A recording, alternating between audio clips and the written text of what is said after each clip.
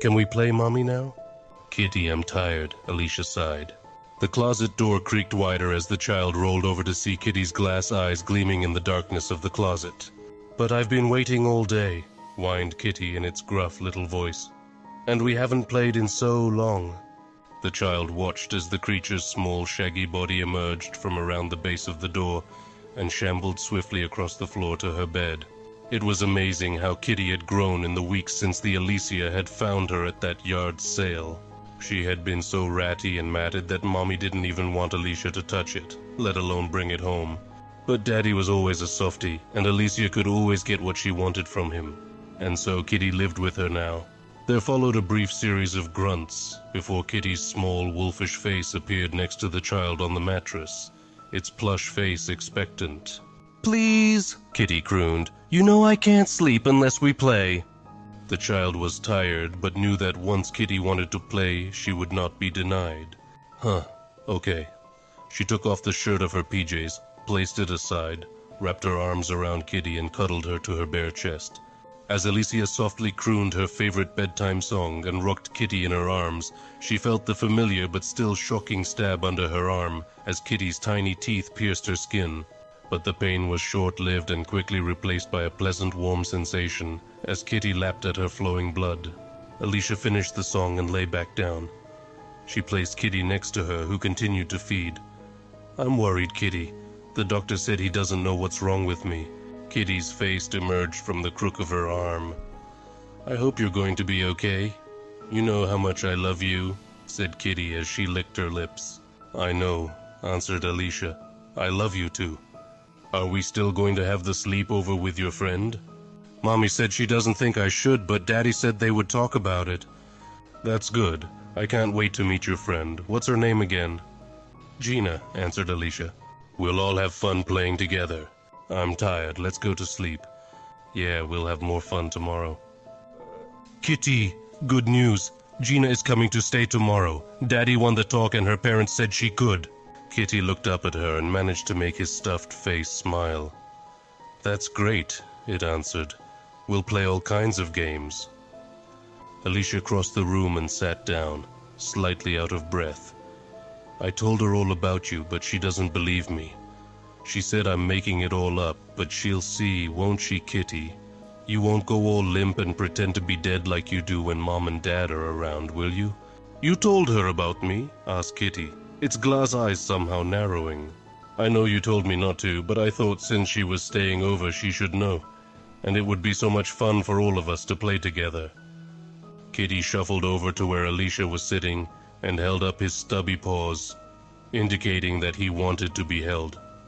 Alicia bent over and with some difficulty picked the creature up. Now sitting in Alicia's lap, her arms lovingly wrapped around him, Kitty said in a low, gruff whisper, "I asked you not to tell anybody about me." "I'm sorry, Kitty. It's just that I was so excited." Kitty looked up at her. "Did you tell anyone else?" "Well, just Josh." Kitty looked alarmed. "Who's Josh?" "He's a boy in my kindergarten. He said he wants to marry me." "You're going to get me hurt," pleaded Kitty. "You can't tell people. They'll find out and then they'll take me away from you. Do you want that?" "No." Alicia looked down dejectedly. Even Kitty had to admit that Alicia did look sorry. "Do you want to play Mommy?" she offered, knowing that Kitty always wanted to play Mommy. "Okay," said Kitty as it cuddled up into the crook of her arm.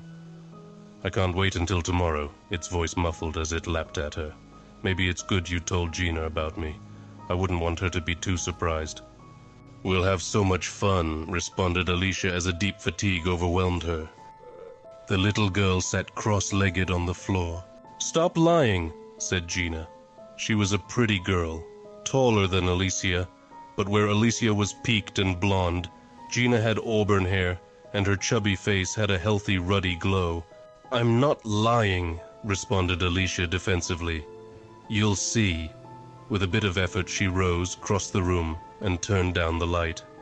"But you need to promise that you won't tell anybody." Gina rolled her eyes. "Whatever," she said with dismissive disbelief. "No, you need to really promise," pleaded Alicia. Okay, I promise." "Cross your heart." "Cross my heart?" "And hope to die?" and hope to die. Satisfied, Alicia called out in a loud whisper, "Okay, Kitty, Gina's here, but it's safe to come out. Show her that you're real, and that I'm not a liar." Gina stared in amazement as the little gray figure emerged from the shadows under Alicia's bed. At first it walked on all fours like a dog or wolf, but as it cleared the bed it rose onto two legs and looked up at Gina with its shining glass eyes. The little girl's amazement bubbled over into laughter as the gray creature raised an arm and spoke in a gravelly voice. "Hi, I'm Kitty," it said. Alicia practically collapsed onto the floor next to Kitty and scooped him up in her arms. "Kitty is my special friend." Gina's eyes shone. "That is the coolest thing ever," she cried. "Keep your voice down," commanded Alicia. "My parents will hear." Almost on cue, a knock came on Alicia's door just before it swung open. Kitty's body went limp and slumped in Alicia's arms as her father's head poked in. "Girls," he said, his voice a low whisper, "keep it down. Gina's parents are coming early tomorrow to pick her up, and they might not let her sleep over again if you two are up all night." "Okay, Daddy," responded Alicia. He smiled at his daughter and closed the door. Almost immediately, life sprang back into Kitty's body. "Let's play a game," it said quietly. The creature led the girls in a few short games of imagination, and had joined in for a game of Candyland before the girls decided to turn in. "Can Kitty sleep with me?" asked Gina. "Sorry, but Kitty needs to sleep in my bed. I'm his mommy," answered Alicia. Gina looked down with a pout. "Don't worry," said Kitty. "We'll play tomorrow." "Okay," said Gina with a huff as she collapsed on the air mattress and pulled the covers over her. Up on the bed, Alicia and Kitty settled in for one last game of the night. Gina slowly opened her eyes and then caught her breath to see Kitty close to her face and looking at her. "I'm cold," it said to her. "Can I get under the covers with you?" Gina lifted the comforter. The creature climbed in next to her and pressed itself against her body. "You're fun to play with," it said. Gina smiled. "You are too. I wish we could play every night." "Yeah, but Mom and Dad won't let me stay overnight again. Not for a while." "That's sad. I'll miss you. Can you give me a hug, please?" Gina wrapped her arms around the furry plush body and smiled. Kitty whispered in her ear, "Well, if you can't sleep over here, maybe we could sleep over at your house." "Probably not. Moms and Dads need time to say yes or no, maybe next week." "Next week? That's so long to wait." Kitty looked at Gina with desperation in its eyes. "How about just me then? You can sneak me home in your night bag. Then you don't need to ask anybody." "But what about Alicia? Won't she miss you? She'll be mad if I stole you." "Silly, you can't steal me if I ask to go. Alicia will understand. Besides, I play with her every night, and you can give me back at school on Monday." "I don't know, but I thought you loved me and we can play together more. I know so many games that I'd love to teach you." "Well, only if Alicia says it's okay.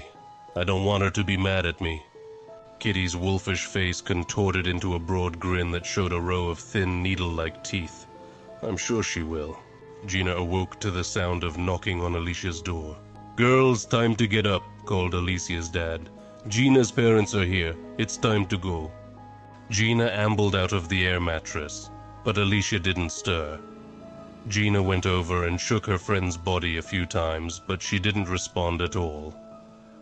Her cold little body just limply rolled over onto her belly. Gina frowned. She wanted to say goodbye to her friend, but she didn't want to get in trouble for making her parents wait either. She quickly got dressed and bent to stuff her bedclothes into her nightbag. As she did, she caught a gleam of reflected light come from under Alicia's bed. There was Kitty, looking at her longingly. "Please," it whispered. Gina's heart melted. She scooped up the creature and said, "We'll all have so much fun playing tonight." Kitty looked concerned. "All?" "Yeah, you, me, and my brother." "You have a brother?" Kitty seemed worried. "Yeah, but don't worry, he's just a baby. He can't even talk yet." Kitty's face lit up. "We're all going to have lots of fun." "Girls," called Alicia's father louder this time. Gina smiled at Kitty and gently tucked the creature down into her nightbag. "Bye, Alicia," she called as she closed the door, but Alicia didn't respond.